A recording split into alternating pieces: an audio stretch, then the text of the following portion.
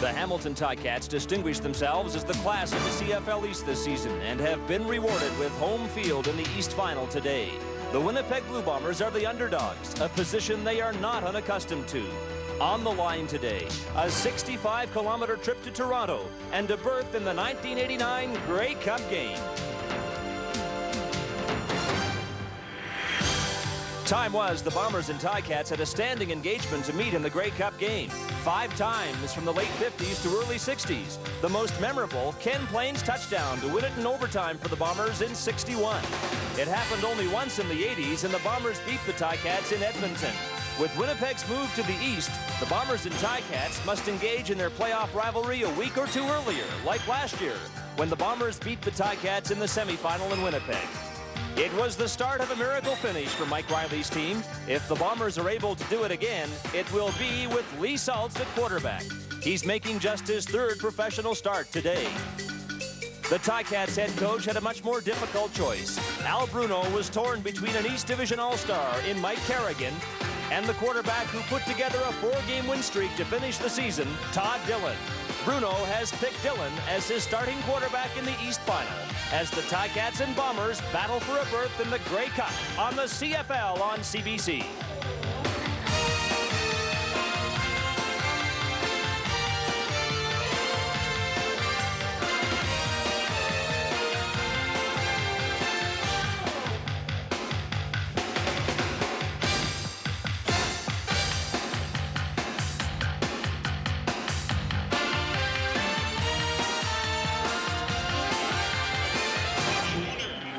-2 the temperature at Iverwin Stadium for this Eastern Final, and snow began falling about an hour ago, and it's likely to continue during the course of the game. Paul Osbaldiston preparing to kick off for the Hamilton Tiger Cats. Ken Winey and Tim Jesse are back for Winnipeg. Tim Jesse will field it at his own 19-yard line. Winey will take the ball actually. He and Jesse were both there, and Winey on the return brings it up across midfield into the 54 of Hamilton, stopped by Frank Robinson. Good return by Ken Winey of 36 yards. An excellent return. Get that ball in good field position going against the wind, and Lee Saltz has to be the happiest. He has got to get a ball control offense going, and going against the wind, there's no better place to start than at midfield. Well, the Winnipeg Blue Bombers lost all 3 regular season games to the Ticats. If you include the preseason contest, they are 0-4 against Hamilton this year. The first starting assignment against the Ticats for Lee Saltz. He gives to Tim Jesse, and Jesse is wrestled down as he hit the line of scrimmage. Darryl Corbin, the middle linebacker, made the stop. Well, this is the big area for Winnipeg today. I feel they must be able to run the football. That's why Tim Jesse's got to have a big game. Rick House will come up big for him. I really believe in the playoffs, and everybody knows Murphy has to have the game that Murphy's capable of having. A gain of 1 for Tim Jesse. It will be 2nd and 9. Saltz had success last week against Toronto with the quarterback draw. I think the Ticats will be prepared for it. Pass over the middle, and that will be very close to a first down. Rick House makes the catch at the 42-yard line. Let's see where they spot it. If it is the 42, it will be a first down, and it is. An excellent throw. The only problem, watch the football. Darryl Corbin, I believe, number 38, looks like he almost gets there.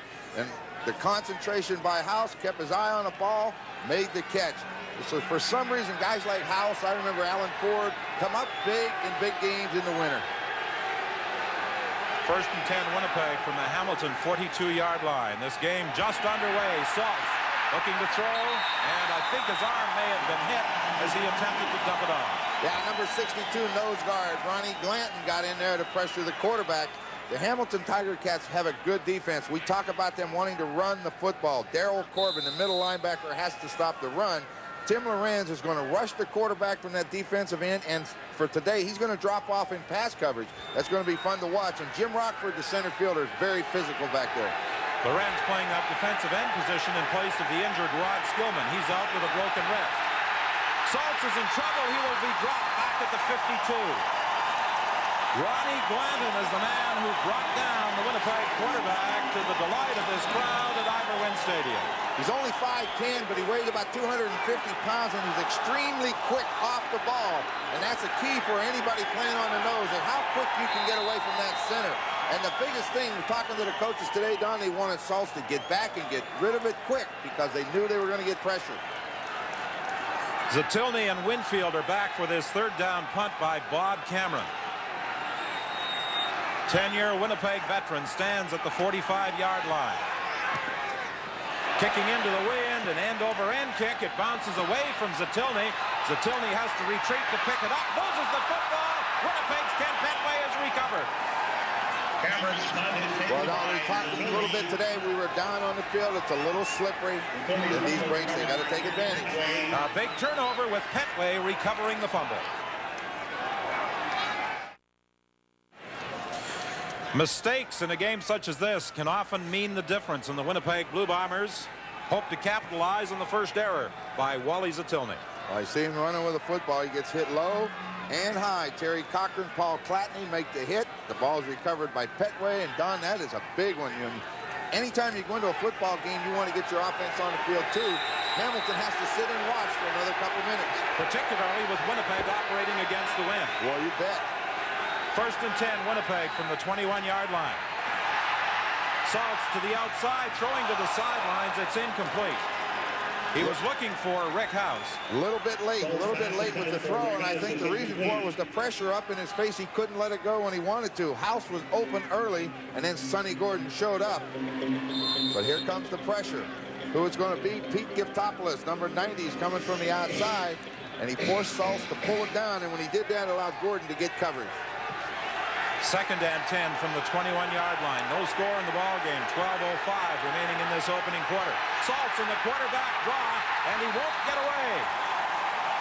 Ronnie Glanton has been a factor in the early stages of this ball game. From his defensive tackle position, he brings down the Winnipeg quarterback as he attempted to run on the draw. Ronnie Glanton started the season at the nose guard position against the Argonauts in game 1, and he got injured late in the game. And he's been on and off the roster not as much as he would like. He wants to play football, and he was very excited. He said he hated to see Rod Skillman get hurt, and he's out for the season. But he said, boy, am I happy to get the chance to play. From the 27-yard line, a field goal attempt by Trevor Kennard. It's wide. But it goes through the end zone for a single point. Field goal attempted wide and goes for a single point. 11:36 remaining in the opening quarter. The Winnipeg Blue Bombers leading the Ticats by a score of 1-0.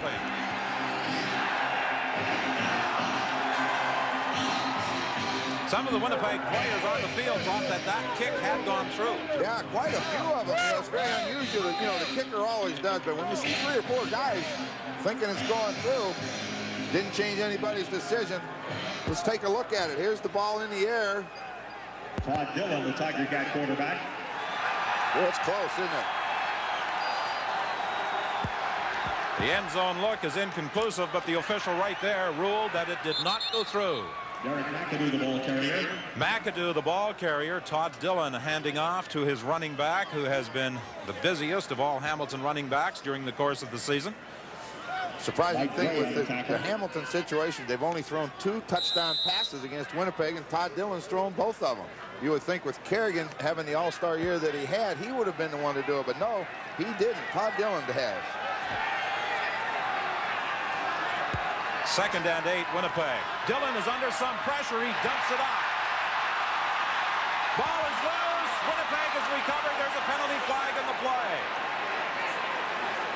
Jason Riley is the man who caught that football. Now he's an illegal receiver.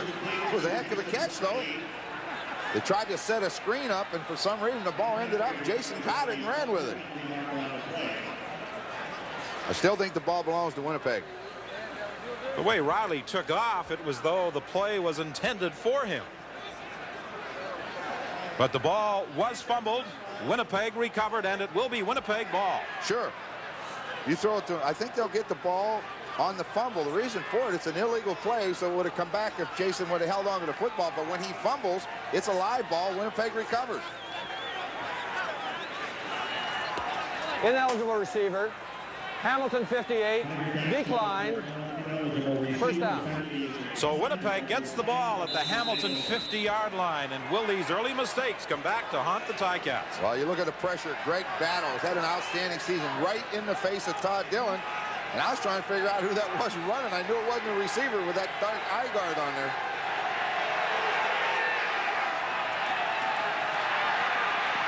Saltz is going to throw deep, well over the head of Jeff Smith. It will be 2nd and 10 Winnipeg from the 50-yard line. Saltz in the game against the Toronto Argonauts won last week, the semifinal at the Sky Dome. Did not throw a pass of more than 20 yards. That's the longest completion that he has attempted so far in this game. I think the big thing against Hamilton, they like to play that man-to-man defense so much and get right up in your face. You've got to go downtown on it. But what Hamilton does is force you to the inside where Rockford can help. 2nd and 10 Winnipeg from the 50-yard line.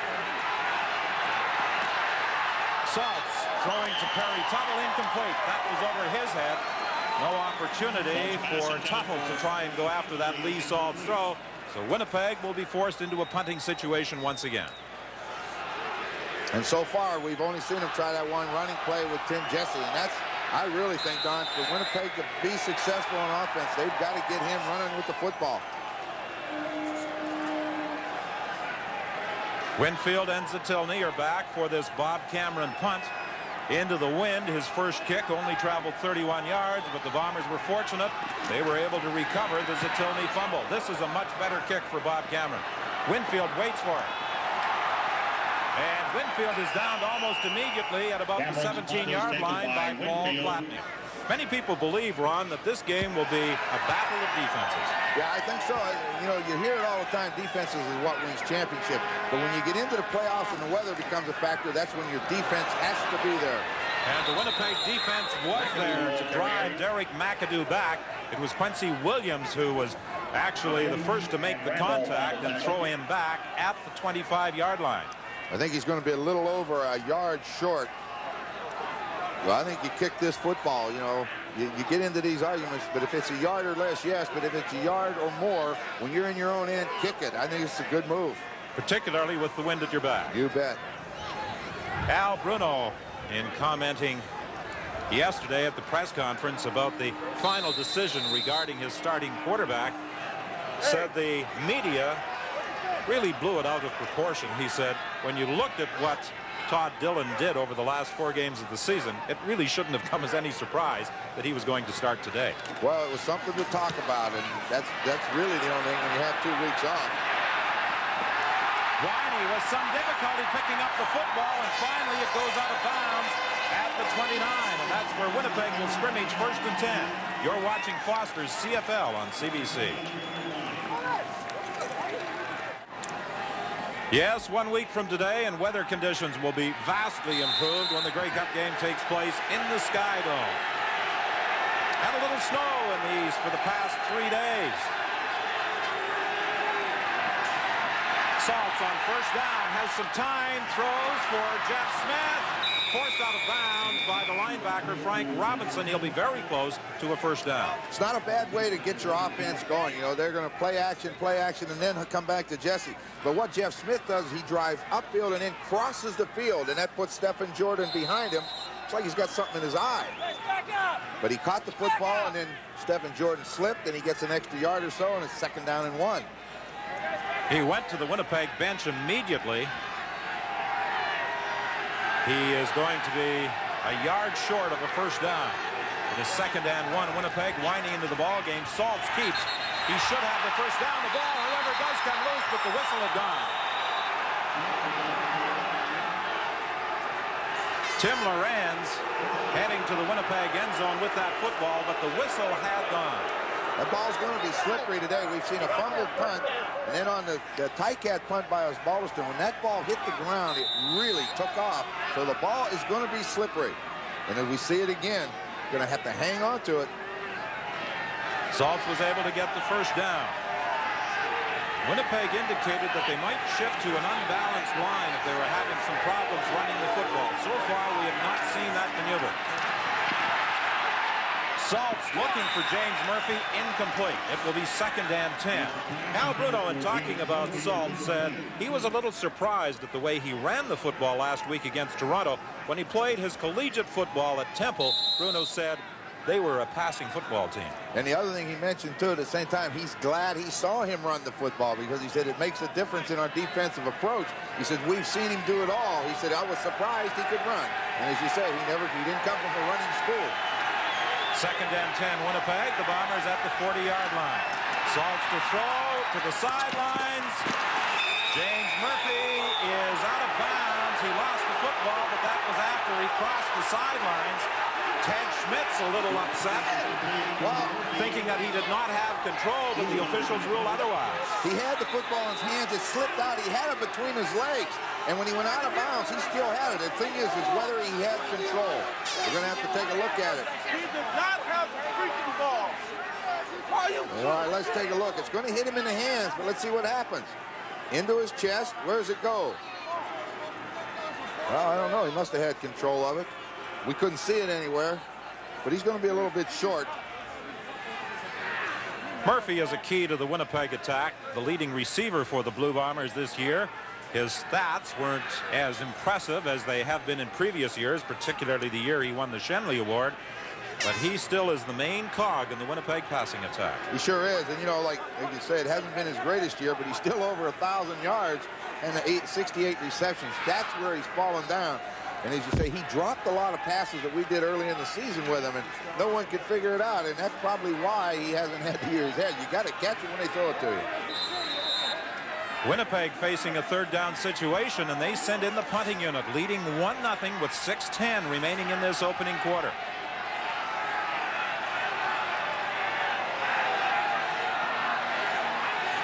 Movement at the line of scrimmage, and Winnipeg will probably retain possession, as it appeared to be an offside call against Hamilton. Winfield on the return, and he is brought down at the 28-yard line, but there was movement at the line of scrimmage. The Hamilton player, Napierkowski, jumped, and I think that is the result of the flag.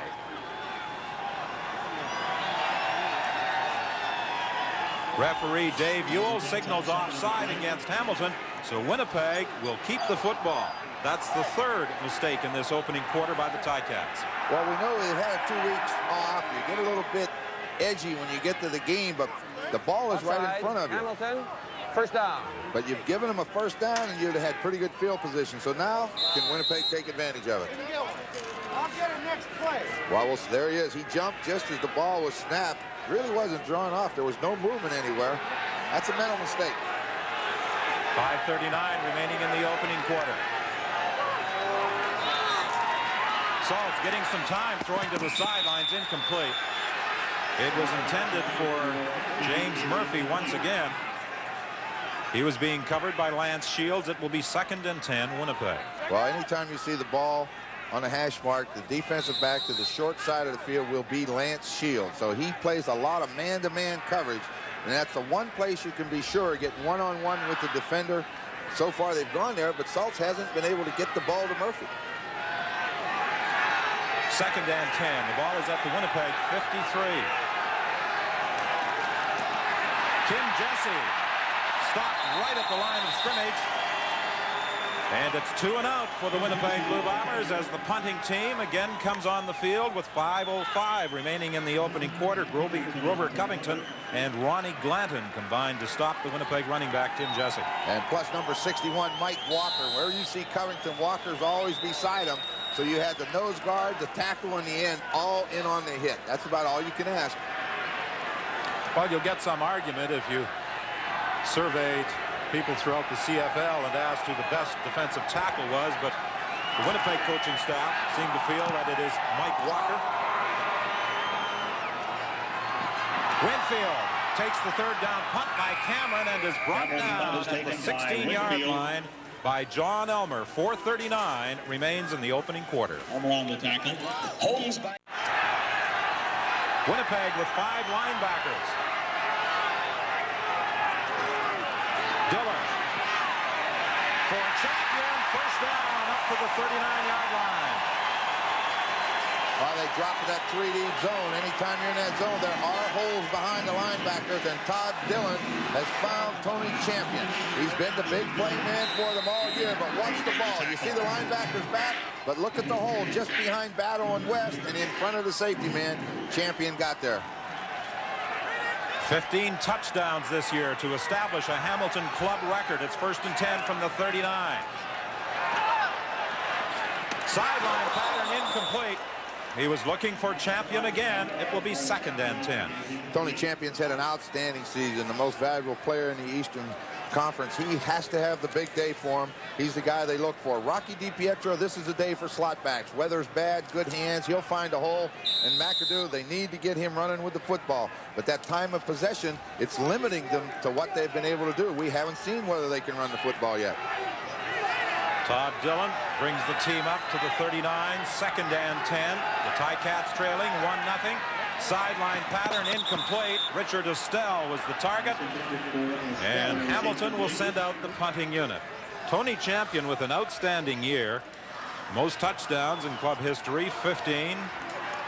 The most reception yards, 1,656. And the most receptions, 95. By far and away his best year. But I think the key was every year they had another receiver that they felt was the gunner. This year they didn't have one, and it was Tony's turn to come to the front, which he has done very well for them. No one expected 95 reception out of him this year. Ken Winey is deep. Jeff Smith is back for this 3rd down punt by Paul Osbaldiston. He angles it towards the sidelines, and it takes the big bounce back to Winey at the 15. And Winey is forced out of bounds at the 22 by Lee Knight. The ball's tough to kick today, and it seems so far now, both times as Baldiston has hit it, it has swung to his left, and it has hit the ground. And when it hit the ground so far today, the bounce has gone to the Tiger Cats. This is the worst position that Winnipeg has started with. Now we see if they can get out. Winnipeg now is going to come out with an unbalanced line. Terry Cochran is out, and Nick Benjamin is into the ball game. This was a maneuver that the Winnipeg Blue Bombers have been working on this week. You see the 3 linemen to the left, and they hope this will enhance their running game. But they're going to throw. Cochran deep for Rick House, I should say, is deep, and he's going to score.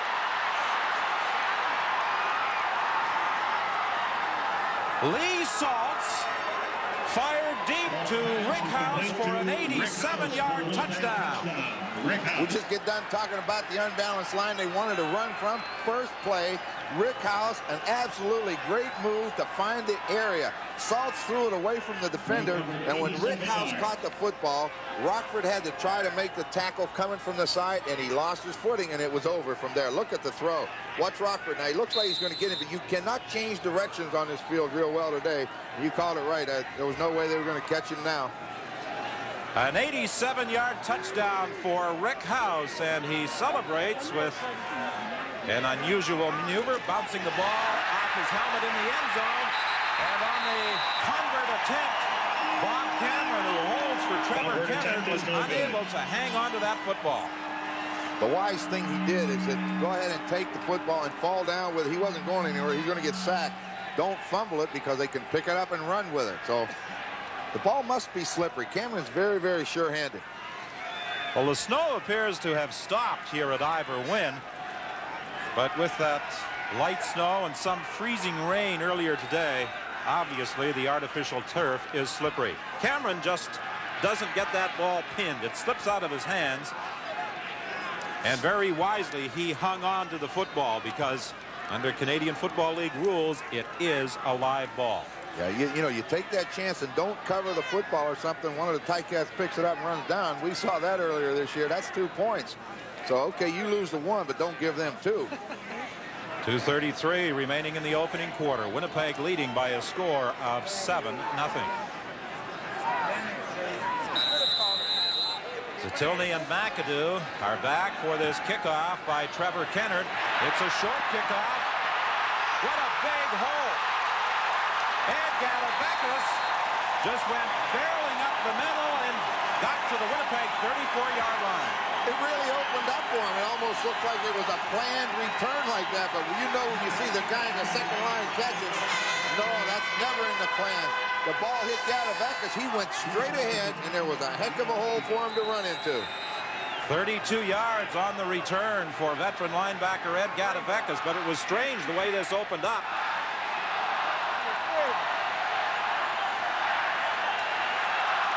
So Hamilton has it 1st and 10. The ball at the 34 of Winnipeg.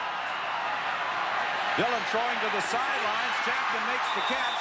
He's bounced out of bounds by Rod Hill. You know, Rod Hill's one of our defensive keys today, and the reason he is, Rod Hill supposedly last week had a little bit of a hamstring pull, and there was some concern as to whether he was going to play. He's going to have a tough job. He's got this man, Tony Champion, one-on-one. The big thing is here, he caught the football, but don't gamble anything. Get him out of bounds because of the footing. We'll see somebody else slip. Champion with 15 touchdown catches. Rod Hill with 12 interceptions during the course of the year. Interesting battle. McAdoo tried to cut back inside and slipped after a pickup of about 2 yards. Well, we talked about Rod Hill as one of the defensive keys. Got to see how healthy he is because he's got the big job today with Tony Champion. Ramel Andrews had a good week last week rushing the quarterback, so that's what they need up front, pressure. And Greg Battles had an outstanding season, and we've already seen him today in the face of Todd Dillon on that illegal catch by Jason Riley. Earlier, Winnipeg was going with 5 linebackers. Now Ramel Andrews is back in there. Pass is knocked down. Right at the line of scrimmage, it was Ramel Andrews who got the hand up along with Stan Mikowicz. What they did is they read his own defense, and both of the backs, in that case it's McAdoo and Tommy, check out underneath, and he tried to dump it off underneath and watch it get knocked down. You see McAdoo right out to the right of your screen. They try to throw it. Mikowicz gets that hand up, bats it away, because if McAdoo catches it, he's got the first down. Field goal attempt by Paul Osbaldiston from the 27-yard line.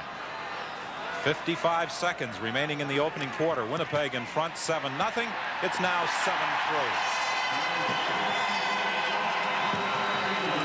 Paul Osbaldiston earlier this season had 6 field goals. He hit on 6 of 7 attempts to tie a club record as Hamilton beat Winnipeg 28-22.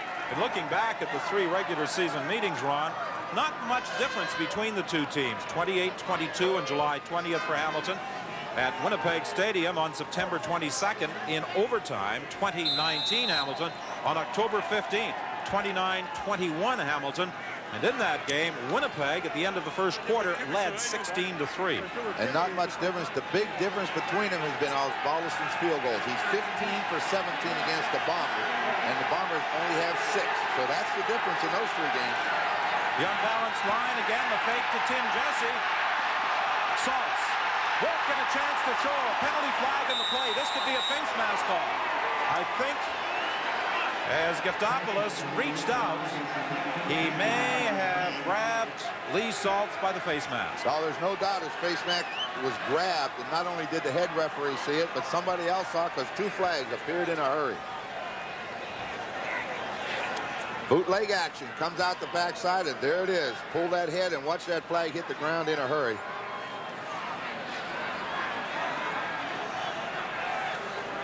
So from a loss, the Winnipeg Blue Bombers will get a gain. Major foul. Face mask. Hamilton number 90. First down. And that's the 4th Hamilton mistake of this opening quarter. Yeah, you know, you only get away with making mistakes so long, and then they start catching up with you. And that's a big one. Saltz was trapped for a loss. It looked to me like Darryl Corbin was going to get him on the bootleg action, and he missed him. And then Giftopoulos come in late and got hold of that face mask, and it hurt him. So it's 1st and 10 Winnipeg. The Blue Bombers at their own 50-yard line. Handoff to Tim Jesse. He has had no success. Giftopoulos atones for that earlier miscue by dropping Jesse for a loss of 1, maybe even 2 yards. See, the big thing, when they put that unbalanced line in there with Nick Benjamin on the same side with Walby and Bob Molly, you're going to assume they're going to run to that side. That's where they want to run. So Giftopoulos from his weak side linebacker position will flow to that side, and he was right there to make the hit. 2nd and 11, Winnipeg. Unbalanced line to the left side. Saltz to throw, won't get a chance. Ronnie Glanton again. Having a pretty good day, isn't it? 5'10", 250, but the quickness is paying off. It's the end of the first quarter. You're watching Foster's CFL on CBC. Get your bulletin boards ready, everybody. To start the second quarter, it's 3rd and 18 Winnipeg. Each time Winnipeg has shifted to that unbalanced line, we've anticipated that they would run, but they've thrown the football from that formation. Third down kick by Bob Cameron. It bounces to Winfield, and then Zatilny comes over. He gives it to Winfield, and Winfield is dropped back at the 16-yard line. Bert Cummings was the first man downfield to make the tackle, a young man who today is celebrating his 24th birthday. Todd Dillon comes in hitting 55% of his passes on the season. The big thing, the decision I think Al Bruno was looking at is that Mike Kerrigan didn't have a good second half in his game back against the Argonauts. If he starts him, then Dillon comes in off the bench, which he is good at. The question is now, if they have to go to the bench, how will Kerrigan do? But he needs to get, Todd Dillon needs to get this offense going. McAdoo stopped immediately by James West. How important is James West to the Winnipeg scheme? Well, Mike Riley said that he provides the emotional lift, and he said when he returned from his injury, you could feel it among all the players on the team. So they were all talking about it. West's back this week. He's back this week. I'll tell you, when you get a guy that the players respect, even if he's on the field doing nothing, the players are happy, and they were really happy to see West come back. Dillon on 2nd and 10, throwing over the middle, and a fine catch was made by Richard Estelle for a first down up to the 37-yard line. Got back, took his time, waited till Estelle got in the open and threw it. Estelle's a heck of a target at 6'2", was a wide receiver. He's got good speed. We see Cummings, number 7, back here, but what's coming right in front of him? Looks like he's throwing it to Cummings. Estelle with those long arms reaches out and gathers it in. Battle had pretty good coverage. You can't stay with the receivers that long. McAdoo, the ball carrier, and McAdoo runs it out for another first down with a 49, stopped by James West. Don, I didn't feel there'd be any doubt that the offense of the Hamilton Tiger Cats would be a little bit sluggish in the first quarter. You have a 2-week layoff. That's a long time for an offense. Statistically, the Winnipeg Blue Bombers had the edge in the opening quarter. They lead it by a 7-3 margin. But the Hamilton offense is rolling now in this second quarter. 1st and 10 from the 49. Dillon with good protection. He throws over on the far side to Estelle. He gets away from one. And then Rod Hill forces him out of bounds. Feels a little bit more slippery, I think, than I thought it would be. You know, we were down on it before the game. It seemed very firm, but, you know, we've seen 3 or 4 guys slip, and we see 2 of them on this play. Estelle catches, and then he slips, and then the Winnipeg defender slips, and Estelle makes a big gain. That's 3 straight first downs. Well, that very light snow may have caused more problems than we anticipated. It began about an hour before game time. It has eased off now, but the field definitely is slippery. McAdoo drives to the Winnipeg 35-yard line, a gain of 6 yards. James West, the middle linebacker, was in on the stop once again. Winnipeg went to that 4-4 alignment. That's the defense that they played last week against the Argonauts. They showed a blitz, got everybody up on the line. It's a good defense, but if you ever crack it with a running back, there's nobody back there to stop you. Zatilny goes wide left. Champion splits to the right. 2nd and 4. The pitch to McAdoo. Greg Battle wraps him up and drops him for a loss. We've seen Greg Battle make some good football plays today. I'll tell you, he's had an outstanding season, but he got in Todd Dillon's face earlier. This time, when you get all those people, 8 people inside, you try to toss outside of it. Here it is. There's the toss. But what's 34? Boy, did he hit the gap. Timed it right, and then he gets a lot of help from his friends. The nominee for the Defensive Player of the Year award in the Eastern Conference, and at the awards dinner on Friday night, the highlight package they put together on this man, Greg Battle, was most impressive. Well, I tell you, he made a lot of hits, and they were outstanding hits. When he hit them, they always went backwards. Field goal attempt by Osbaldiston from 45 yards out. Trying to get the Ticats within 1. You see it hang up in the wind. It bounces to Winey, and Winey will concede the single point. Osbaldiston's 45-yard. So with 11:09 remaining in the half, it's now 7-4 Winnipeg. We'll be back after this. Your front row seats reserved. I wonder if that lady was one of the 2,500 who showed up last night at a pep rally the Ticats held in downtown Hamilton. I would imagine so. She looks like she's a pretty good fan. Now she brings her Tiger to the game. She was ready for anything, rain or snow. 1st and 10 Winnipeg. They scrimmage from the point of the last Hamilton scrimmage as the result of that missed field goal attempt. Sideline pattern to James Murphy, and he is wrestled down by Lance Shields after a gain of about 6, maybe even 7 yards. That was a good throw by Lee Saltz. Lance Shields was in perfect position on James Murphy. I think right now, the next time they want to try, they better send him deep on one on an out and go, because Lance Shields, if that ball isn't right on the money, he's going the other way. 2nd and 3, Winnipeg.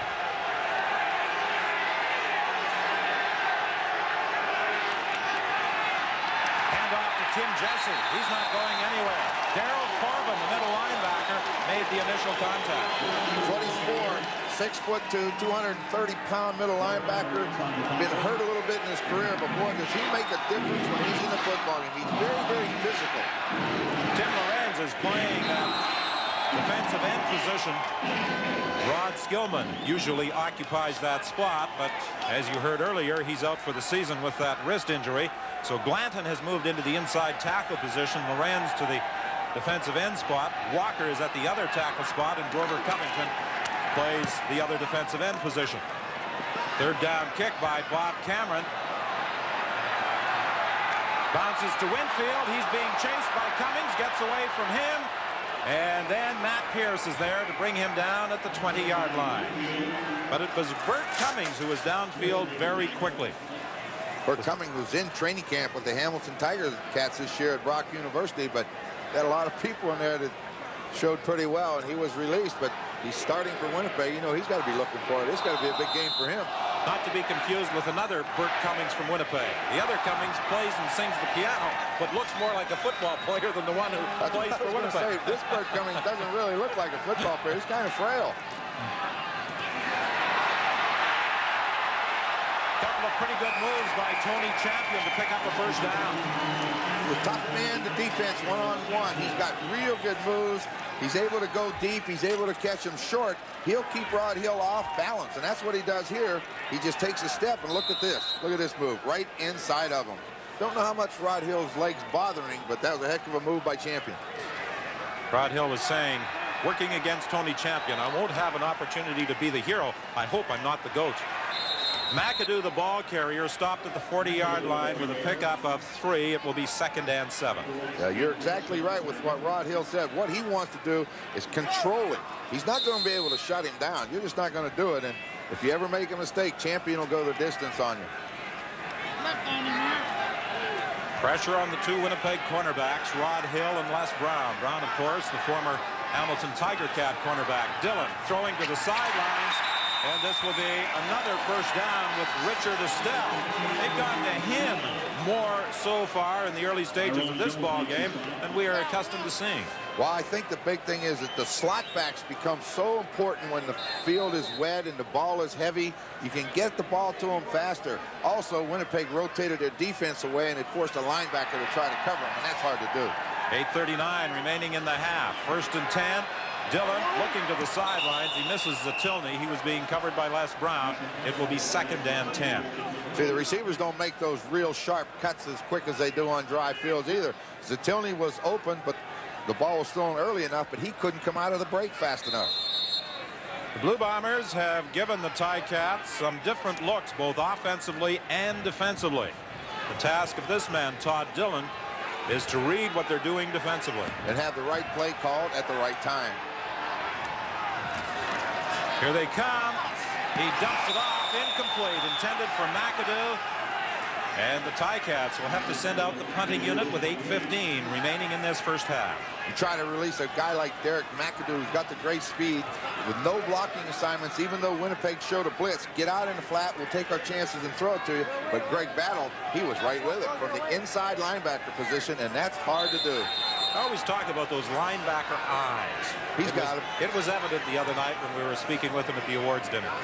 You were speaking with him. I'm staying my distance. I know those linebacker eyes. You've seen a few of them in your day. Too many.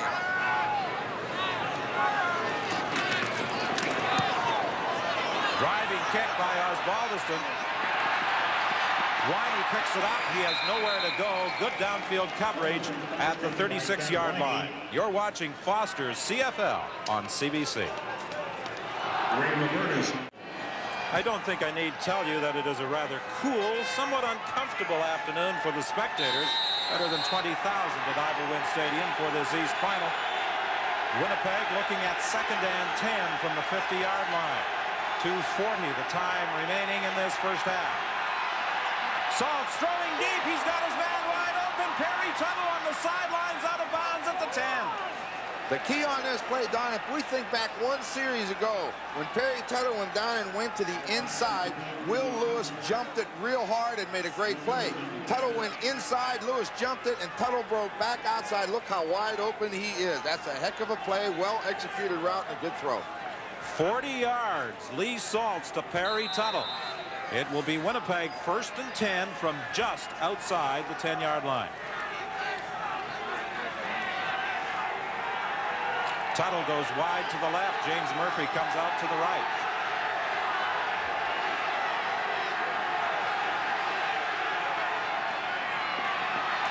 Tim Jesse is being decked right at the line of scrimmage. The Hamilton front four, they're winning the battle on the line of scrimmage versus the run. And the key is going to be, if you can't run, can they keep them off the quarterback? And that's going to decide whether Saltz has time to throw the football. You don't negotiate big contracts with this type of statistic. 7 carries for 2 yards. It'd be kind of hard, wouldn't it? That's the individual stat for Tim Jesse.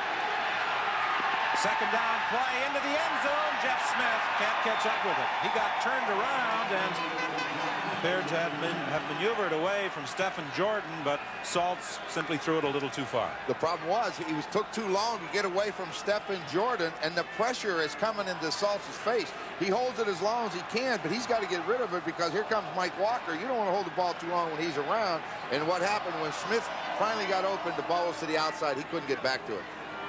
So Trevor Kennard will attempt a Winnipeg field goal with 2:06 remaining in the half, and the Bombers in front 7-4. A 17-yard try for the Winnipeg place kicker. And this kick is wide. There's something wrong with the snap. Cameron had a little trouble with it again. He got it up high, up around his face, instead of being able to get it and put it down. It's coming up high for some reason. He seemed to have a little problem in bringing that ball down and placing it on the T square. The reaction of Mike Riley to that missed field goal attempt by Trevor Kennard, and he is explaining to the coaching staff what the problems are on those field goal attempts.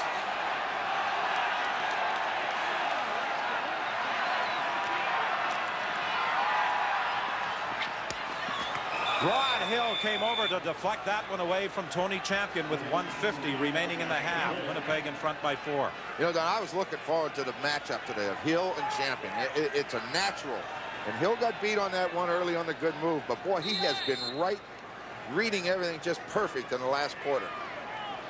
Rod Hill, who perhaps may be the most talkative football player in the Canadian League, coming up with a key defensive play there. It's 2nd and 10. Hamilton from the 35. Dilla drilling it over the middle, incomplete. Looking for Rocky DiPietro. Les Brown was running with him and getting some help from the safety, Bert Cummings. You know, talking about Rod Hill the other day, it was Friday when they were down here practicing. It was extremely cold and the wind was howling. And then at the press conference, the discussion came to Rod Hill on this injury. Well, I didn't know he was hurt. You know, I didn't really realize. So I thought I'd go out and see if he's working out. Well, they all had their heads covered and everything. So I don't know. All of a sudden, I hear this guy go, "Hey, Ron, how you doing?" I knew he was there. he can't pass up a chance to talk. He does that well. He also plays the corner exceptionally well. End over end kick. That bounces, and Winey has to chase it. Winey picks it up at the 35-yard line and won't go any further. He's forced out of bounds by Lee Knight with 1:33 remaining in the half. When the ball's bouncing around like that, you got to be very, very careful. What you have to have confidence in as a punt returner is that they will not allow the kicker to come down and recover. That time they had him covered pretty well, so he doesn't have to be in a hurry and make a stupid attempt and fumble it. Lee Saltz has delivered a couple of big passes particularly well. One to Rick House for a touchdown. Another to Rick House that he should have caught. Then, of course, that 40-yard gain to Perry Tuttle. First and 10 Winnipeg from the 35-yard line. He's getting pretty good time. He's going to throw this one deep for James Murphy. It's incomplete. He's very wise, or very lucky, I should say. Whenever you throw the ball to the middle of the field and you don't throw it on time, or what coaches refer to as throwing late to the middle deep, if you take a look at that play, they had 3 black jerseys there. You're usually going to get it intercepted. Mike Riley was saying that Hamilton this year is much better in man-to-man defense, and he said their defensive scheme is to try and take you out of things you do on time plays. And he said that really is the key to their defense. It sure is. Drop play with Lee Saltz. He won't go anywhere. Frank Robinson throws him for a loss. To add further to that, Don, when you can play man-to-man coverage, and if you can channel those or force those receivers to the inside, you have a guy like Rockford in there with great speed. He can help you. So that's why you're going to see quarterbacks like Saltz hit the big plays on him, but not the short 10, 12, 14-yarders. 1:18 remaining in the first half. Winnipeg leading by a score of 8-4. Bob Cameron stands at the 20-yard line for this third down kick.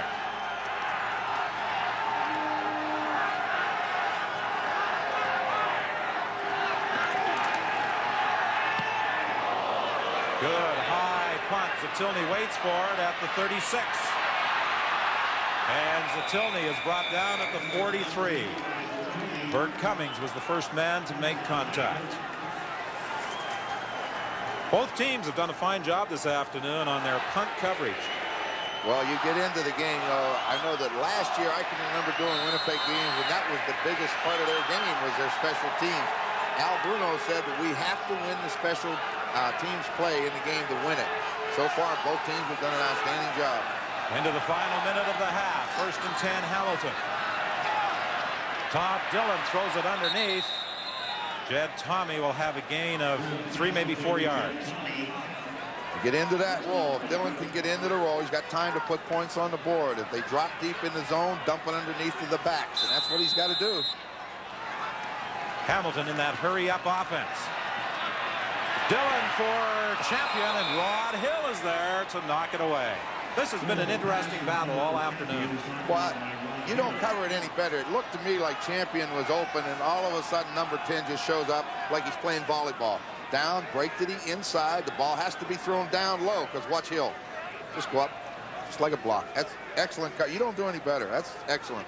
What I enjoy about Rod Hill, he's so nonchalant when he makes a play such as that. Well, he did there. I mean, just looked like I do this every day. I don't have to worry about it.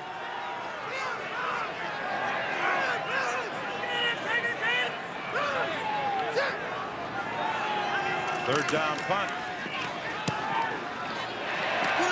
Jeff Smith chases it back to the 23-yard line.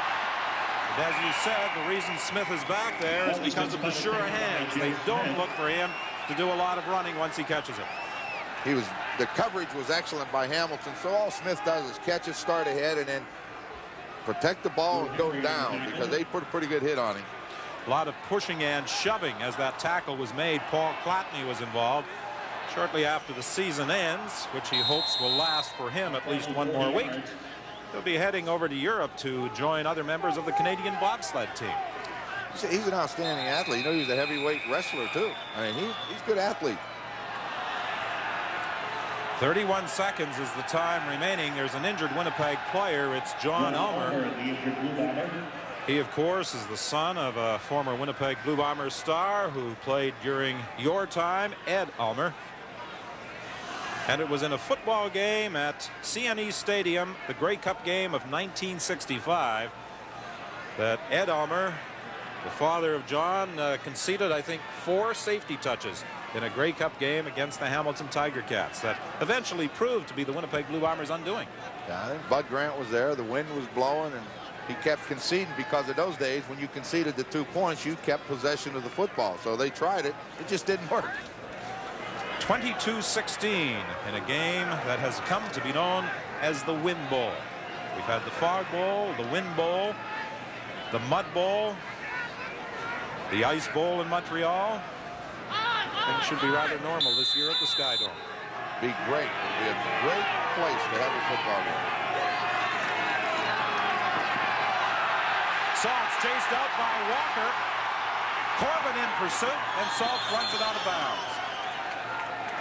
I was a little bit surprised he was throwing the football anyway, but as he started outside, you saw the speed of number 38, Daryl Corbin. Now we're going to watch them block. That's David Black working on Walker.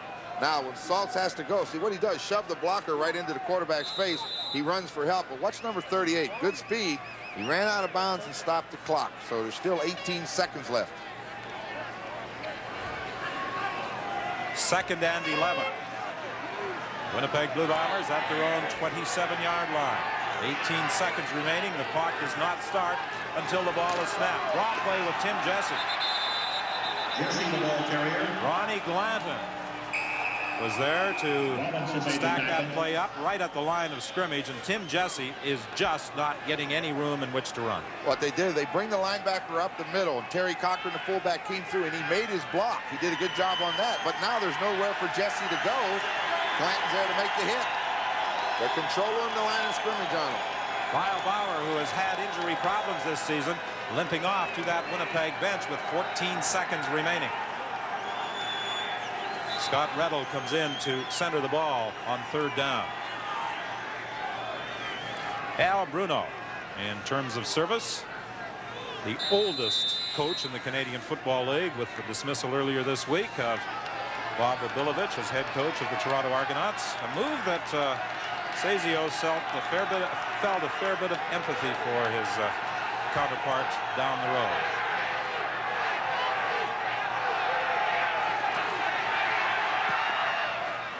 Just one man back, Zatilny, for this 3rd down kick.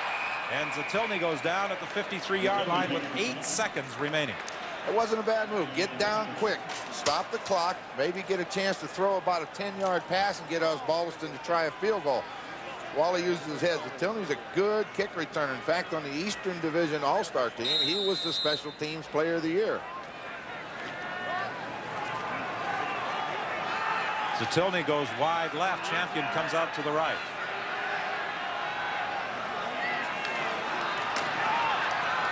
Over the middle to Estelle. 1st down at the 35-yard line with 3 seconds left in the half. That's what he wanted. Well, he stopped the clock with 8 seconds. Dillon delivered it right on time down the middle. That play used 5 seconds, and Osbaldiston gets the chance now to kick the field goal.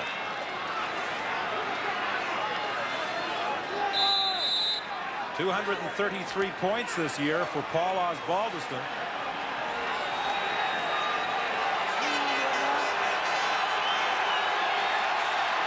A 42-yard try by Paul Osbaldiston on the final play of the half.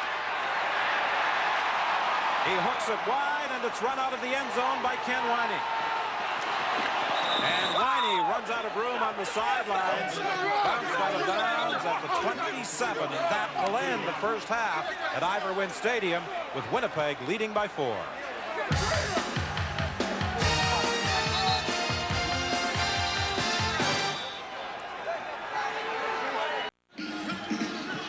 With a score of 8-4 at halftime, as you might suspect, not a lot in the way of offense in the first 30 minutes of the ball game, and that's reflected in the halftime statistics. Winnipeg with 166 net yards, 173 for Hamilton, but it was turnovers that hurt the Ticats, particularly in the first quarter. The turnovers and then some crazy penalties that kept the Bombers making some first downs. They just, you know, like we were saying during halftime, Don, if House catches that long one and scores and they put it in with Tuttle's big catch, you could have the Ticats in a real deep hole. But right now, it's anybody's ball game. Well, at the start of the ball game, the wind was blowing out of the east. It was blowing the length of Ivor Wynne Stadium. It has shifted and now is blowing out of the south and is blowing across the field. Osbaldiston kicking off for the Hamilton Tiger Cats as Ken Winey returns it for Winnipeg. He opened the game with a big return. He gets another pretty good run back up to the 35-yard line. That's a good return. Nothing wrong with that. He caught it deep and around his 10-yard line. If he hadn't had to put those moves on Daryl Corbin and keep that speed and going in one direction, he had a big return. You see Pete Giftopoulos, number 90, covering that kick. Stay after him. He's not on the ground yet. Keep going. That's right. Keep hustling. You never know. He may come back to you. Well, Ken Winey didn't play football at Southern, but he was a track star there. As a matter of fact, he was a high jumper. He had a successful clearance at 7 feet 3.5 inches. In addition to being a pretty good sprinter. That sideline pattern for Perry Tuttle incomplete. It will be 2nd and 10. You saw Lee Saltz calling signals, and as he was calling signals, he started to look out to Tuttle. And I'll tell you, Lance Shield never moved. He just stood there and waited. His father didn't drive up from his New Jersey home for this game, but Lee Saltz was saying after his 30-7 victory over Toronto last week in the semifinal, his dad said 2 words: good game. Not a bad thing to say, was it?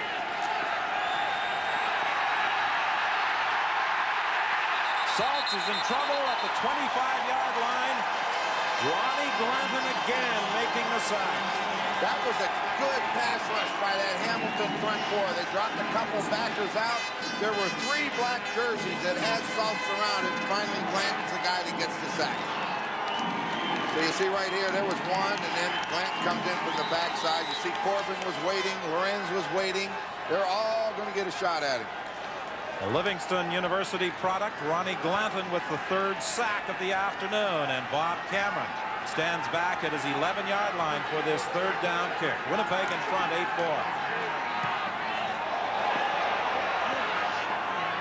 8-4. Winfield has to retreat to his 41-yard line. He gets away from the initial wave of tacklers, but good containment on the part of those outside people for Winnipeg. And it is Matt Pierce who makes the stop on Winfield. And Mike Kerrigan, just as you was talking about, Don, I was a little surprised he went that quick, but he's been the guy. You know, all year was a starter. He got to get started good. He had a bad second half against Toronto. He needs to get underway in a hurry. He doesn't have time to mess around today. He's got to hit him and hit him quick. Mike Riley was asked if he thought he'd see both quarterbacks. He said, I hope so. That means we're doing something right. Not a bad line, is it? Kerrigan looking for a style. It will be 2nd and 10. That wind is doing something. I was watching that ball because it was thrown right in our direction. It started out like it was going to be right on the money to Estelle, and all of a sudden it just disappeared over his head. The Winnipeg Blue Bombers doing another switch of personnel defensively.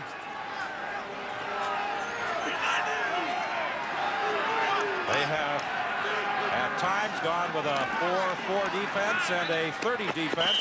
Wally Zatilny on the sidelines is out of bounds. He was being covered by Ron Hill. He made the catch, but the officials ruled that he had already stepped out of bounds. Well, that was a good call by the officials, too. Wally Zatilny made that catch, but the first foot, as he caught the football, landed out of bounds. Naturally, the fans don't like it, but it was a good call by the official. Winnipeg presenting Hamilton with a lot of different looks this afternoon, Ron, defensively. I think you have to. You know, you've played the team 3 times during the season, and the coaches study films. Every time you play them, you need to do something a little bit different, and Winnipeg gave a different look last week against Toronto and then a different look today. So they can mix up 5 or 6 different schemes. Osbaldiston on 3rd down. A low driving kick again.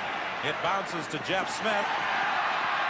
And he goes down at the 28-yard line with 12:36 remaining in the 3rd quarter. You're watching Foster's CFL on CBC.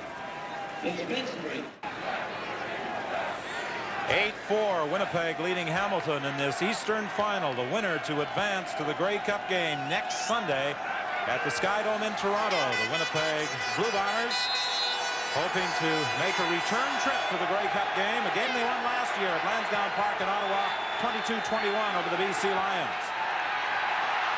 Saltz throwing deep for James Murphy. He could go unless Rockford can catch him. Rockford has him at the 25-yard line. Once again, Don, a good example where they don't hit the 10, 12-yarders, but you have to go downtown on them because they are going to gamble with you. Lance Shields gambled that time with Murphy. Murphy ran a stop. When Lance Shields played it, he took off, and only the speed of Rockford kept this from being a touchdown.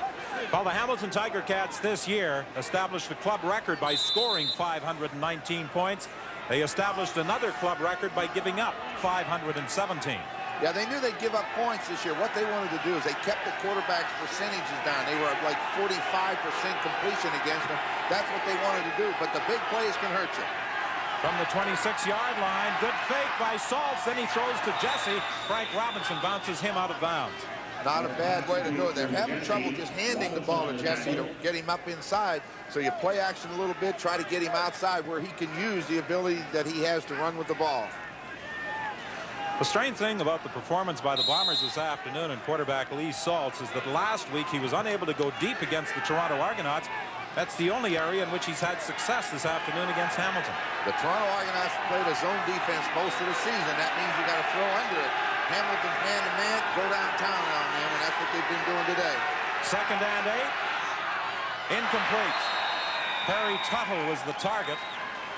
In and out of his arms, and Trevor Kennard will come on to attempt a Winnipeg field goal with the Bombers in front 8-4, 11:37 remaining in the third quarter, and the ball at the Hamilton 24-yard line. When you run a slant pattern as Tuttle did, if the ball's thrown behind you, you have very little chance of catching it. And when you plan to start to the inside, you just can't stop and go back. You got to watch this play. They've had trouble with their snaps from center all day. Wally Zatilny is back. Bob Cameron gets it down this time. The kick is up. It's wide again. Wally Zatilny in the end zone is going to run around before dropping to a knee to concede the single point. So there have been 3 missed field goal attempts by the Winnipeg Blue Bombers. 9-4 the score. Trevor Kennard has had his problems. When you look back on the field goals he has attempted, the pass that Rick House could have caught, the Bombers could just about have this one out of reach. Well, they could have a heck of a lead going right now. They keep letting them in the football game. Let's watch the snap. Good snap, get it down, get the laces away. There you go. Nothing wrong with the hold that time. You got to make it. Boy, you're giving the Ticats too many chances.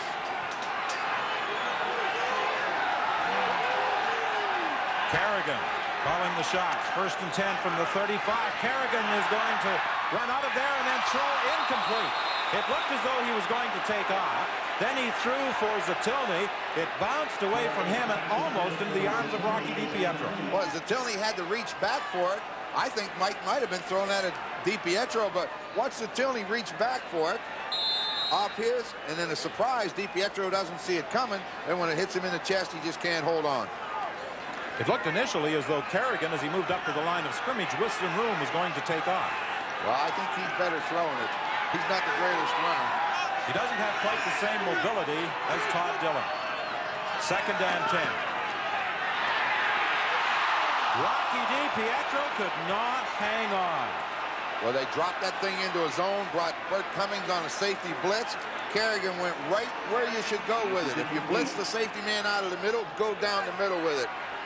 Les Brown made a pretty good defensive play, but Rocky almost made a great one. Rocky DiPietro, the CFL's all-time pass reception leader. He finished regular season play with 655. He couldn't hang on to that one. Boy, that was there, too. 10:16 remaining in the third quarter. 9-4, Winnipeg leading. Paul Osbaldiston back at his own 20-yard line. This is a better kick by the Hamilton punter. Jeff Smith takes it at his own 35. And he gets it out to the 42-yard line.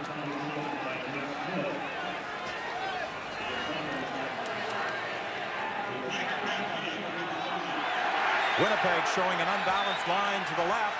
The fake inside to Tim Jesse. Saltz buys some time. Delivers to the sidelines incomplete.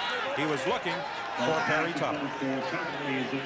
Real good coverage. Lance Shields had him, and he had him cold on that side of the football field. There was nowhere to throw it. Just as Tuttle makes his break, he was there.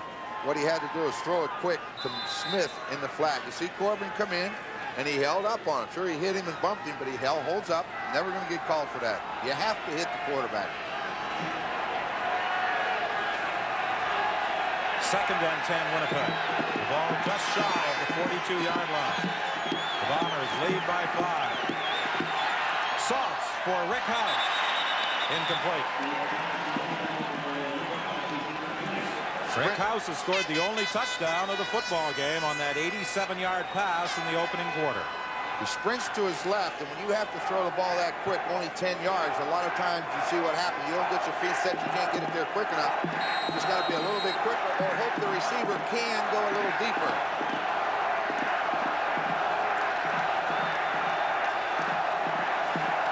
Bob Cameron, who over the years has earned a reputation as one of the best kickers under adverse conditions in the CFL. A short kick this time to Zatilny, and Winnipeg with good coverage, stopping him right in the tracks at the 48-yard line with 8:50 remaining in the third quarter.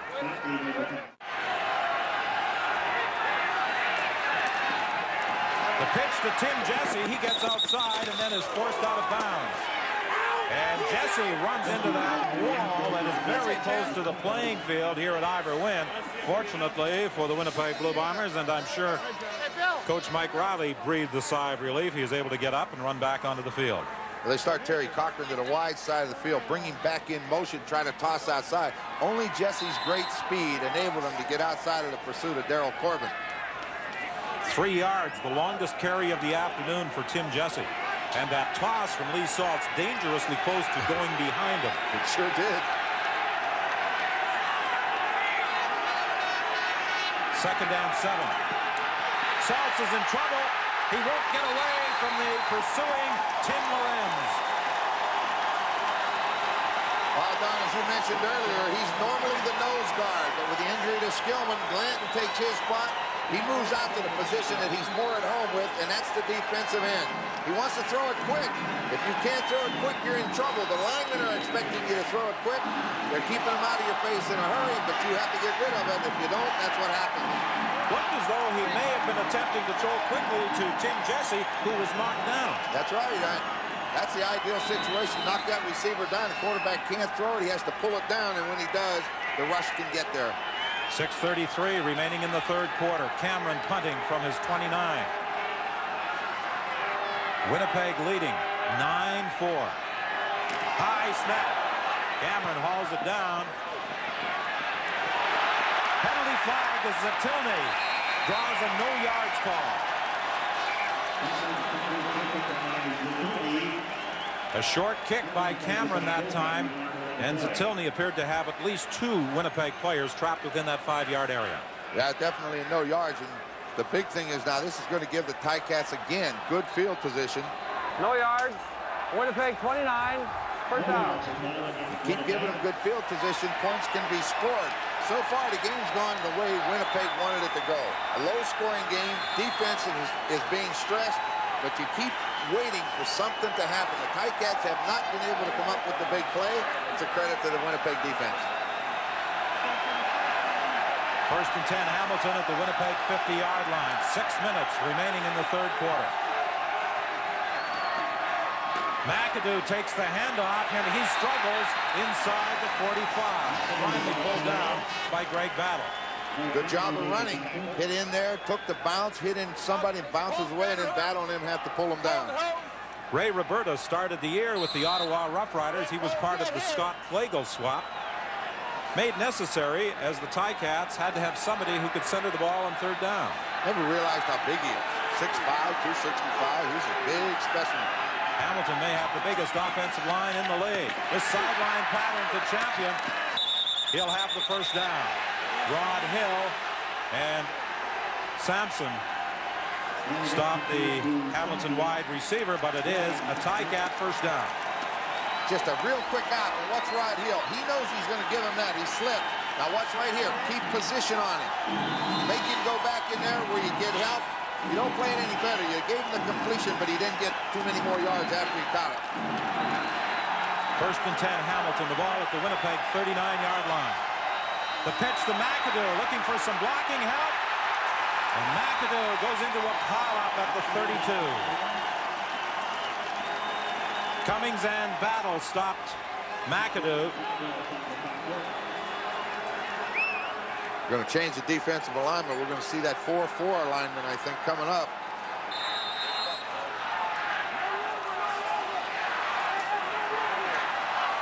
Well, Winnipeg went into that 4-4 alignment in the semifinal against Toronto in an effort to contain Gil Finnerty. Now they're trying to stop McAdoo. 2nd and 3. The pass for Champion. He gets away from Hill. Sampson comes over to help out. It's a first down, but there's a penalty flag as well. This could be a face mask call against Winnipeg. That time, Rod Hill took the gamble, tried to make the play, and Champion avoided the hit, and then Sampson has to make it and gets called for a face mask. Mike Kerrigan saw the substitutions, and he was expecting that defense, and he got it. Tony Champion is down, and the Ticats can ill afford to lose this man. Yeah, you don't like to see that. I will see it. The quick out is thrown. Now, watch Rod Hill coming up. He's got him man-to-man. Takes it, he misses him from the inside, allows Champion now to do some dancing. Let's see what happens. Number 30, there's the face mask. Don't think it was the face mask that caused the problems for Tony Champion. It appeared as though he may have caught a knee in the back of the head as he was going down. That's just what it looked like. Looked like he caught the knee as one of the Winnipeg defenders come over to help out on a tackle. Went over top, but the knee caught him. Tony Champion is still down. Champion led CFL receivers this year with 1,656 yards and 15 touchdowns. The Eastern nominee as the CFL's outstanding player.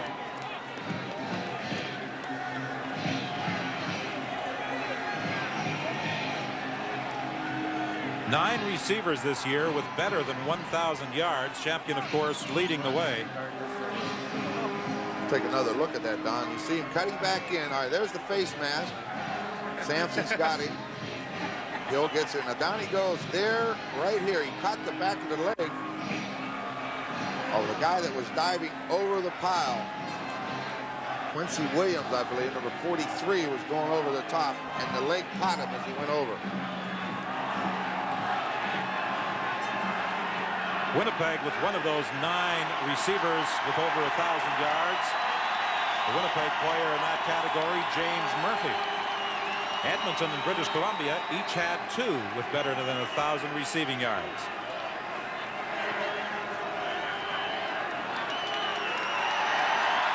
Now Tony Champion is up, and to the delight of the crowd is able to walk off the field towards that Hamilton bench. But with that penalty tacked on, the Ticats are first and goal from the Winnipeg 10-yard line. This is where the Winnipeg defense will be tested. This is a big test because they'll stay with that 4-4 alignment. Nobody in the middle deep to help out on anyone that gets beat. So we're going to see who Kerrigan goes to. Earl Winfield comes in as the DI. Primarily, he has been used on the punt return team, but he is capable of playing both offense and defense. Not a bad receiver to come in to take somebody's place from a backup spot, is it? First and goal from inside the 10, 3:52 remaining in the third quarter. Kerrigan throwing into the end zone. Touchdown, Zatilli.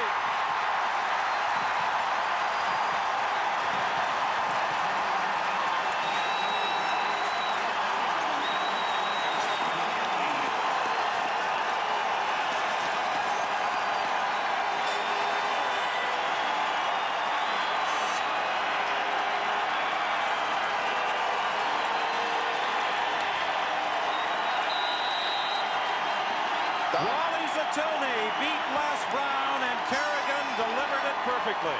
The Hamilton Tiger Cats are notorious when they get down around this area. They run what's referred to as a fade, where the wide receiver just runs to the outside of the defender. Kerrigan will lay it up high to the sideline, and you go get it. Paul Osbaldiston with the point after. For the first time, the Ticats have the lead. You're watching Foster's CFL on CBC. Ticats have been fighting from behind all afternoon, and finally, with 3:45 remaining in the third quarter, Wally Zatilny put them into the lead, grabbing a 10-yard touchdown toss from Mike Kerrigan. Paul Osbaldiston kicking off with Hamilton leading by 2. Ken Winey starts from the 10-yard line on this kickoff return and is brought down at the 31. Zatilny capping that 5-play, 50-yard drive with a 10-yard touchdown reception. Well, we said, Don, sooner or later you get good field position. We said it's going to throw it to the sideline. Now, Wally will fade out to get it. That's where the name comes from. If Wally Zatilny doesn't catch it, nobody does. Kerrigan told you right now, Zatilny caught it. Kerrigan coming on to start the third quarter, replacing the Hamilton starting quarterback, Todd Dillon.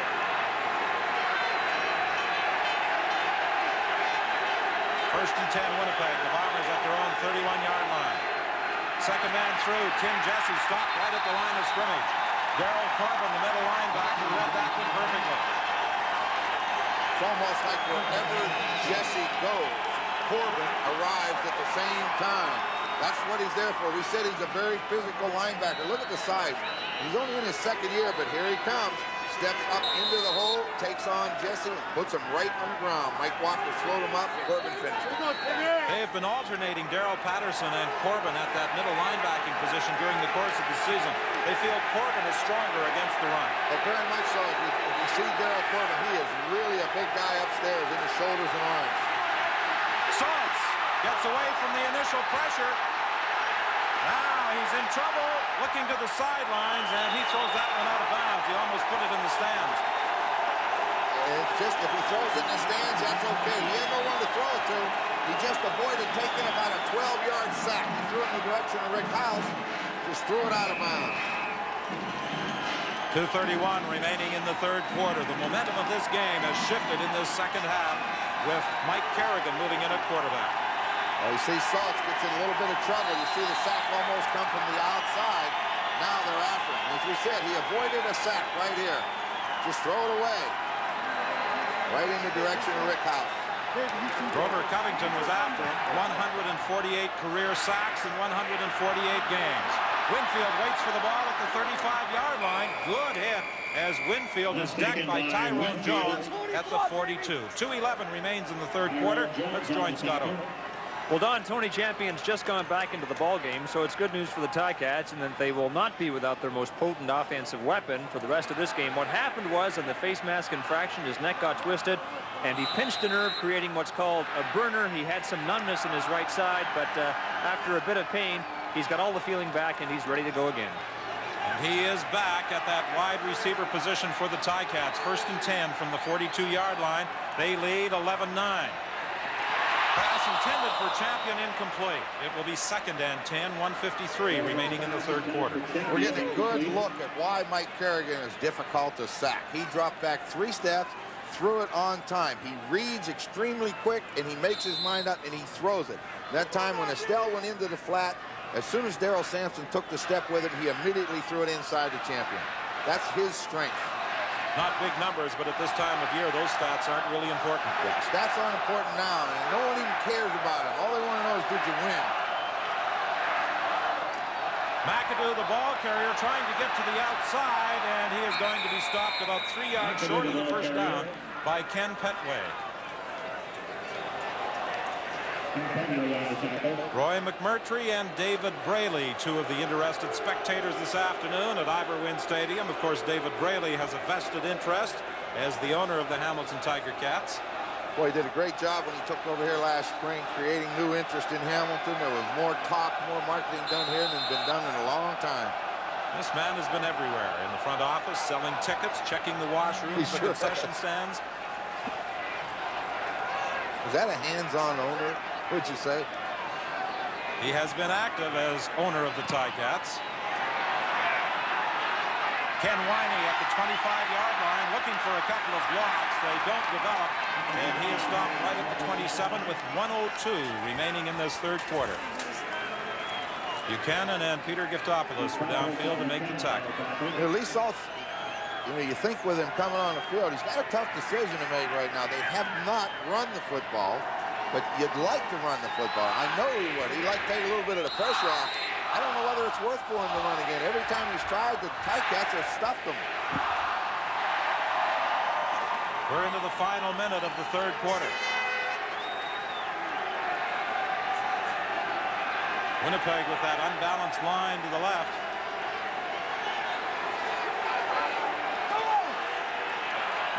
Salt's throwing that way, incomplete. It was intended for Perry Tuttle. As you pointed out earlier, one of the problems with that unbalanced line, when you shift in either direction, you bring the defenders that way with you. Yeah, you're going to fool them the first time they see it. The spotters upstairs and the defensive coaches will get a look at it. They'll say, okay, when we see that alignment, we just shift strength to strength, and we nullify it. Will Lewis, who started the year with the Winnipeg Blue Bombers, defending against Perry Tuttle on that first down pass. 24 seconds remaining in the third quarter. 2nd and 10 Winnipeg. Hamilton leads 11-9. Incomplete. Saltz was looking on the far side of the field for Perry Tuttle. And that ball was badly underthrown, undoubtedly as the result of that pressure. Mike Walker caused the underthrow. The pressure came to Saltz. He tried to step up to throw the football, but watch the pressure that Lee Saltz is going to be under. And as he goes to deliver it, Mike Walker is going to be the reason this ball is underthrown. See, they're collapsing the pocket around him, and there's Walker, gets that hand and right into his face. That'll cause you to underthrow it. Busiest man this afternoon, apart from some of those Hamilton defensive linemen, Walker and Blanton, has been punter Bob Cameron. This is his 14th kick of the day, and it's a good one. Winfield waits for it at the 40. Winfield gets outside of Cummings. He's pursued by Pierce, gets away from him. The ball is loose, but he was out of bounds. And that should also be the final play of the third quarter. It is, with Hamilton leading by 2 points, 15 minutes remaining.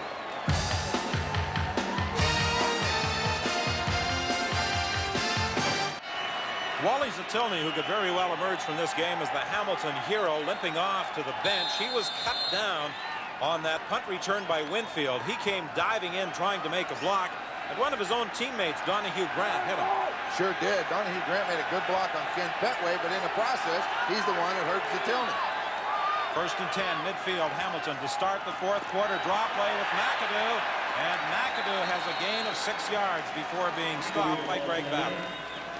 The Hamilton football team now, it appears momentum starting to swing a little bit.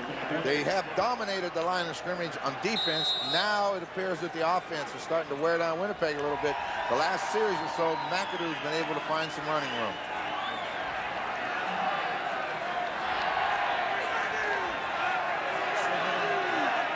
Second and 4, Hamilton. Kerrigan to the sidelines, and Champion will have a first down. Bounced out of bounds by Rod Hill. Mike Walker has been a standout at defensive tackle today for the Ticats.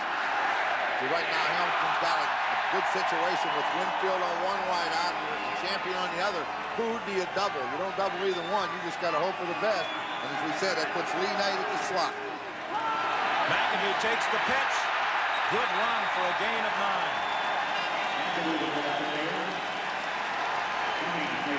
Jed Tommy with a lead block, and Ken Petway was injured on the play, although he doesn't require any assistance. He is able to get up on his own. Watch number 35, Jed Tommy leading it around. Here he turns to the inside. There's the block. Knocks down Stan Mikolas, and then McAdoo is able to turn upfield and run straight ahead. Second and 2. McAdoo stopped right at the line of scrimmage and then is driven back. He's stopped by Leon Hatziano and Stan Mikolas. Going to be 2 yards short. Just about 2. Either punted or field goal, but he make the decision. Field goal. Osbaldiston brings the tee on.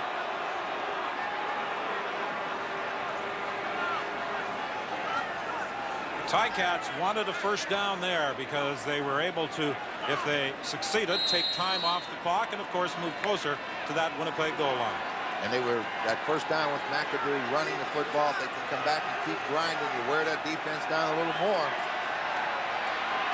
A 43-yard field goal try for Paul Osbaldiston. It's going to be well short. It bounces back towards the line of scrimmage, And that is going to be a no-yards call against the Ticats. McAdoo was there to bring down Ken Winey, but it's a no-yards call against Hamilton. This is Foster's CFL on CBC. On 3rd and 7 with 2:59 remaining, Ken Winey is back in the end zone, awaiting a Paul Osbaldiston field goal attempt. If he misses this, Don, do you give him the point? Yeah, I think you probably do, because you need field position. You sure do. You need that ball. It's on the 35. That's where you get it, even if he makes it. But I don't think that Winnipeg can afford to start inside. But he isn't going to miss.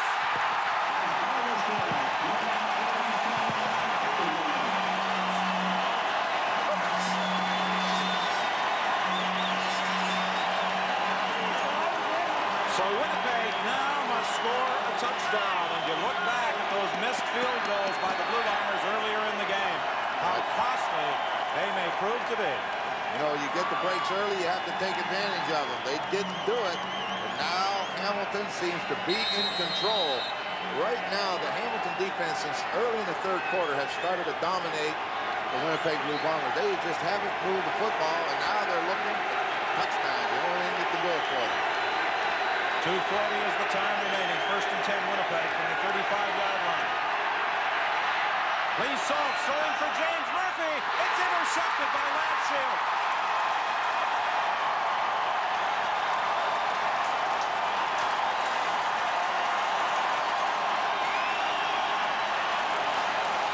Don, you know who makes this play possible was Jim Rockford.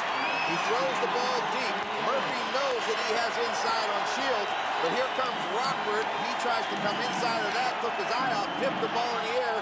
Shields is trailing along, and he makes the interception. Good defense, and that's why Rockford's back in the middle. You can see him right at the top of the screen. All right, the ball is gone. Now here he comes. Now Murphy sees him. He cuts in front, tips it, and then Shields is just coming along, makes the interception. Good defense. That's why they get beat with big plays, but that's also why they make those kind of plays. There are some who might argue that James Murphy should have caught that ball, too. Oh yeah, I think he should have. Oh, I don't think there's any doubt about that. On the sidelines, the pass intended for Estelle. 2 Winnipeg players collided, but even had Estelle made the catch, it was out of bounds. 2:22 is the time left to play. Bob Padilla calling some defensive signals for the Blue Bombers. Now let's look at James Murphy. Sure, he can catch that football, but off the fingertips it goes. So what should be a great offensive play turns into a good defensive play. In this 4th quarter, 2 interceptions and a fumble by the Blue Bombers. 2nd and 10. Carrigan looking to the sidelines, incomplete. So the Winnipeg Blue Bombers, with 2:18 remaining, will get the ball back. Wally Zatilny trying to run it out, put 3 receivers to one side of the field, go one-on-one with Les Brown. As he started to make his cut to the sideline, he slipped and fell. Ball hit the ground. Well, we could still be witness to some dramatic moments in the final 2:18 of this football game at either win. In this Eastern final, Hamilton leading Winnipeg 14-9. The winner to advance against either Edmonton or Saskatchewan next Sunday at the Skydome in the Grey Cup. The game we'll have for you on CBC television. The ball bounces back towards the line of scrimmage. Picked up by Ken Winey, and that draws a penalty flag. Winey again traps 2 or 3 Ticats within that 5-yard area. I was watching Paul Osbaldiston. He was coming. They didn't watch him that time. He was getting close.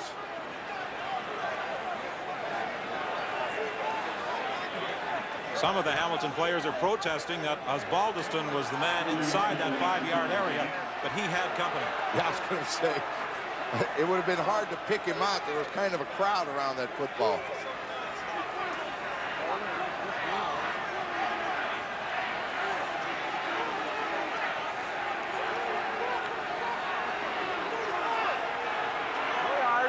Winnipeg 79. First down.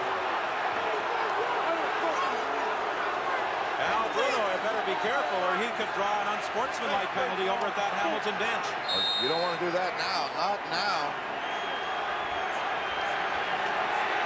He was complaining that it was Alston who was inside that 5-yard area. Winnipeg has the ball at the 38, 1st and 10.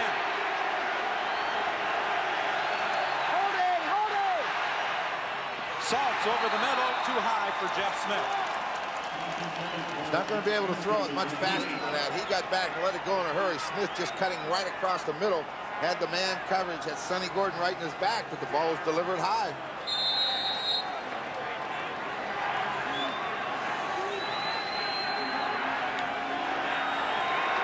What has Mike Riley sent in on 2nd and 10 with 2:02 remaining?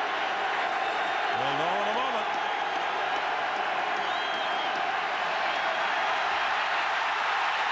Saltz is in trouble.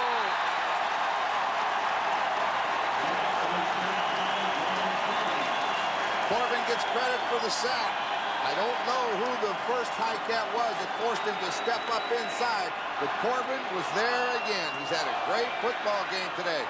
There he goes, back to pass. Let's see who forces. Looks like Tim Moran's coming from the outside, and when he steps up, there's number 38 waiting on him again.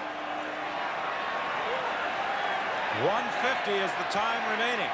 The Bombers are counting on their defense to do the job here and hold the Ticats in their own zone.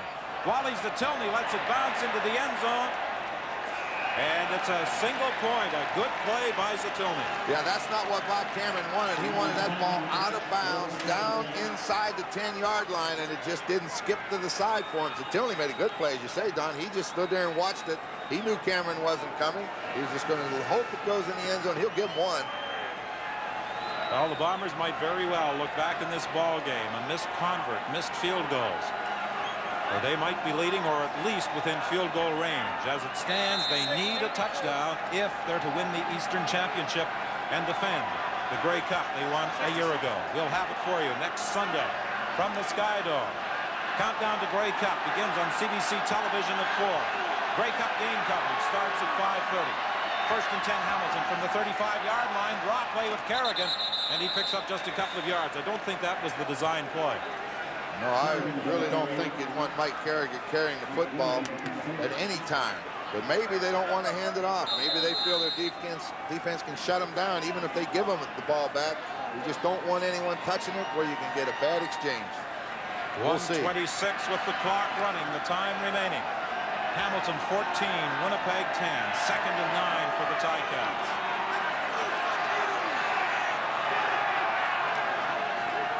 Hand off to McAdoo. McAdoo is going to be dropped for a loss. Good play by Ty Jones. And immediately Mike Riley signaled from the sidelines. Time out. Save it. 1:10 on the clock. He wants to save it. So what do you think? You got to go. You have to go after it. You've got to go after this one with 1:10. They haven't moved the football on offense. What they need is a block punt if they're going to win it. In this second half, the Hamilton defenders have controlled Winnipeg's offense totally. And really, Hamilton's touchdown only came when they got field position at the Winnipeg 50-yard line. A couple of big plays and the touchdown to Zatilny. Winnipeg just hasn't answered, as you mentioned earlier, Don, all the chances in the first quarter. 1:10 is the time remaining. The clock will not start until the ball is snapped. Just one man back. That's Ken Winey. This ball bounces to Winey, mishandles it, and he is down at the 46. His ball distance punt is taken by Winey. Peter Buchanan was the man who pinned Ken Winey after he mishandled that punt with 1:02 remaining. It really wasn't important how far Ballers can kick it. Just get it over the line of scrimmage. Force Winnipeg to go as far as you can, and right now they're looking at about 60 yards for the touchdown, and only 1:02 to do it. Well, Lee Saltz will have to do something here, or there will be a new CFL champion crowned 1 week from today. James Murphy was the target. That pass was behind him. And the surprising thing, the Hamilton Tiger Cats went to the zone defense. They don't like the zone, but I think with 1 minute left, don't give them the chance for the big play. One play that hasn't been part of Winnipeg's offensive scheme today, a play that they have had success with in the past has been that hitch screen to Murphy. I think everybody knows they have it and really get ready for it for them. Right now, they've got to get that ball into the middle of the field. The holes are in the middle right now. They're taking the outside away from them. 58 seconds remaining. Sideline pattern to James Murphy. First down, Winnipeg. You saw Peter Giftopoulos. He's upset with himself. He's responsible for getting outside underneath that out pattern, and he needed another step. So the Bombers are not history yet. 53 seconds is the time remaining. Winnipeg first and 10 at the Hamilton 53. A lot of time, really. I mean, 53 seconds is an eternity for a quarterback if he can get it going.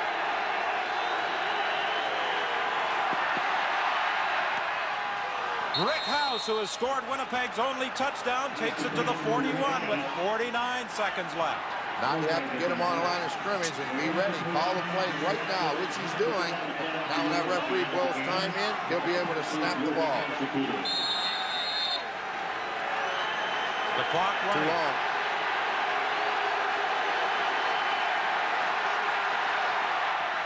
Sideline to James Murphy. Murphy runs back into the middle of the field to the 25-yard line with 35 seconds remaining. Get him on the line. Like that time, after the referee blew the play in, he took 5 seconds. He should get under the center. As soon as that whistle blows, let's go. Every second is important now. It's another Winnipeg first down from the 25. Sideliner for James Murphy, out of bounds with a gain of about 3, but that will stop the clock. Well, this gives them a chance now to get some help from the sideline. Get him in there. You know they're going to get, they get 3 down. There's no doubt you're going to do anything to try to score. But it's not over. 27 seconds. Al Bruno glancing at the clock. That's the time remaining. The ball is at the 22 of Hamilton. Second and 7 Winnipeg. The clock will not start until the ball is snapped. Salt throwing into the end zone. And it's incomplete. The Winnipeg receiver protesting that he was interfered with. However, Perry Tuttle has his complaints fall on deaf ears as he was bumped by Lance Shields running his pattern. Perry Tuttle wanted that pass interference call, but in reality, I kind of thought it was just a bump. There was no one hit each other. It was incidental contact, and then Lewis came back to try to make the interception, but this is it, 3rd down 7. Well, this is the ball game right here, 3rd and 7. Winnipeg at the Hamilton 22-yard line.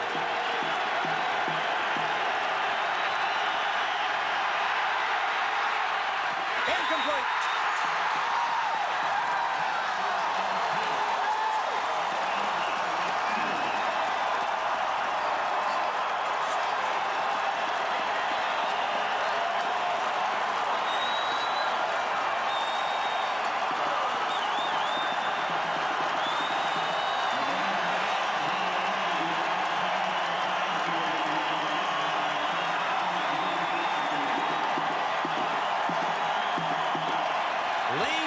Attempted to go to Perry Tuttle.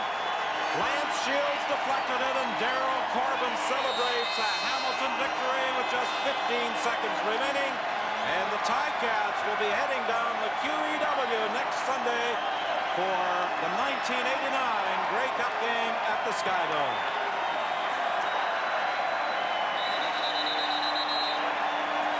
Mike Carrigan will be able to take the final seconds off the clock now. Just 14 remain, much to the relief of Al Bruno. No timeouts. This is it. Start the clock. Stay in the huddle. Al Bruno looking at that last pass by Lee Saltz. Doesn't really show a great deal of emotion over at that Hamilton bench. But the final seconds have clicked off, and the Ticats have won the Eastern Championship, dethroning the Grey Cup champion Winnipeg Blue Bombers by a 14-10 score.